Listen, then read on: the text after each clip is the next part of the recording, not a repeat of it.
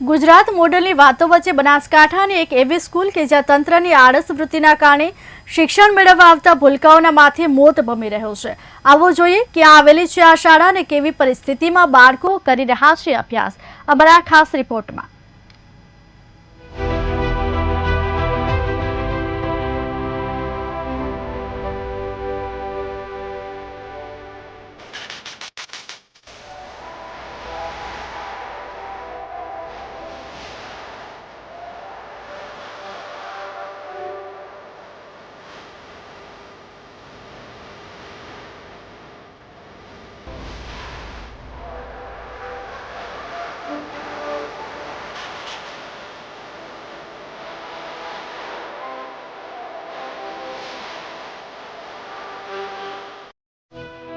આજે વડગામ તાલુકાના કરનાળા પરાની પ્રાથમિક શાળા, જ્યાં શાળાનો એક ઓરડો, બાજુમાં આવેલ બાળ મંદિરનું મકાન અને પાણીનું ટાંકું હાલ જર્જરિત અવસ્થામાં જોવા મળી રહ્યું છે।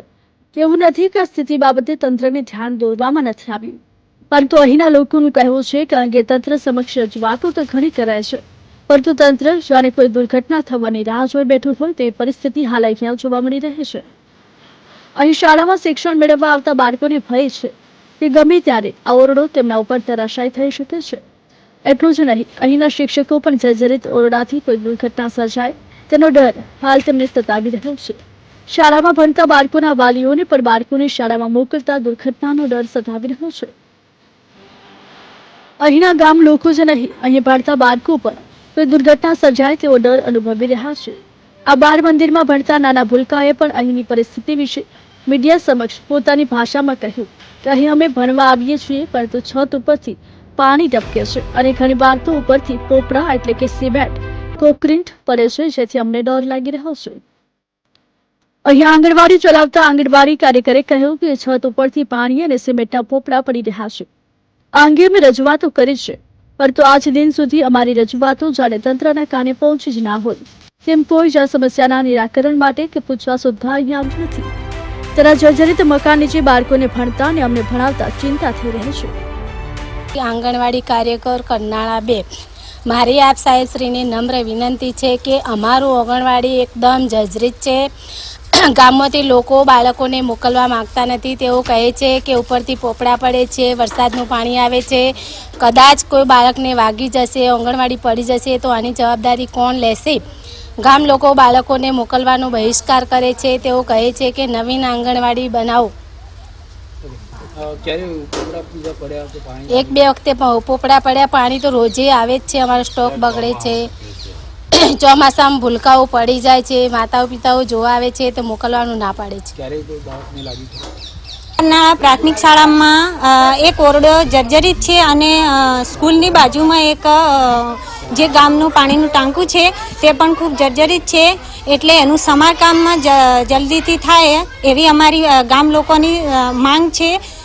અને 3-4 વખત એની જાણ કરવામાં આવી, પણ કોઈ અધિકારી હજુ સુધી જોવા માટે કે એનું સમારકામ કરવા માટે કોઈ કહ્યું નથી કે આવ્યા પણ નથી।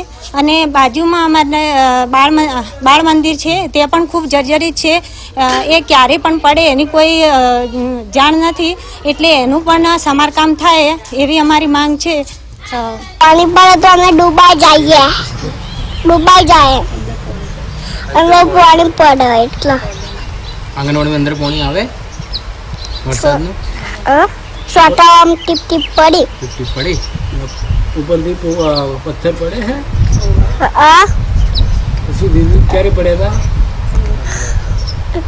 કેટલા વખતે પટ્ટા થયેલા એનો તમે શું કહેવા માંગો? નવી બંને આપવા કે આ ગામમાં એક બાળ મંદિર, એક આ પ્રાથમિક શાળાનો ઓરડો અને એક પંચાયતનું ટાંકું, આ ત્રણની એકદમ મુશ્કેલી છે સાહેબ। તેમાં અમને નવું કોઈ સહકાર મળે એવું આપ સર્વને વિનંતી કરું છું। તે હાલ એકદમ ગંભીર પરિસ્થિતિ છે, બરાબર છે। ઓરડામાં કોઈ આવી જાય તો કોઈ વરસાદ બીજો આવે, કોઈ છોકરું બીજું જાય તો પડી જાય તો સાહેબ મરવાની પેલી છે ભાઈ છે એવું છે। રજૂઆત સાહેબ 5-6 વાર કરેલી છે। હું કરનાળા પ્રાથમિક શાળામાં ભણું છું અને અમારી શાળામાં ઓરડો પણ પડવો થયો છે અને બહાર ટોકું અને બહાર ટોકું પણ પડવા થઈ છે અને બોર પણ ખુલ્લો પડે છે ને અમને ભણવા જતે પણ બીક લાગે છે. વાવાઝોડાથી પત્રો પણ અહીં શાળાનો ઓરડો જ નહીં, બાજુમાં આવેલ બાળ મંદિરનું મકાન પણ જર્જરિત અવસ્થામાં છે. સાથે જ ગ્રામ પંચાયતના દ્વારા બનાવેલ પાણીનું ટાંકું પણ મોત બનીને ઊભું છે, જે ગમે ત્યારે ધરાશય થાય તેવા વાંકે ઉઠેલું જોવા મળી રહ્યું છે. જોકે આ ટાંકા નીચેથી પસાર થતા બાળકો ગમે ત્યારે ટાંકું પડવાથી મોતને ભેટે તેવી પરિસ્થિતિ હાલ અહીંયા જોવા મળી રહી છે. આટલી ગંભીર પરિસ્થિતિ હોવા છતાં ગ્રામ પંચાયત તંત્ર કે જવાબદાર તંત્ર દ્વારા હજુ સુધી અંગે કોઈ જ કાર્યવાહી કરવામાં આવી નથી, જે પરથી એવું માની શકાય કે કોઈ મોટી દુર્ઘટનાની તંત્ર રાહ જોઈ રહ્યું હોય તે નક્કી છે. ત્યારે હવે પહેલા દુર્ઘટના થાય છે તો પછી તંત્ર જાગે છે તે જોવાનું રહ્યું.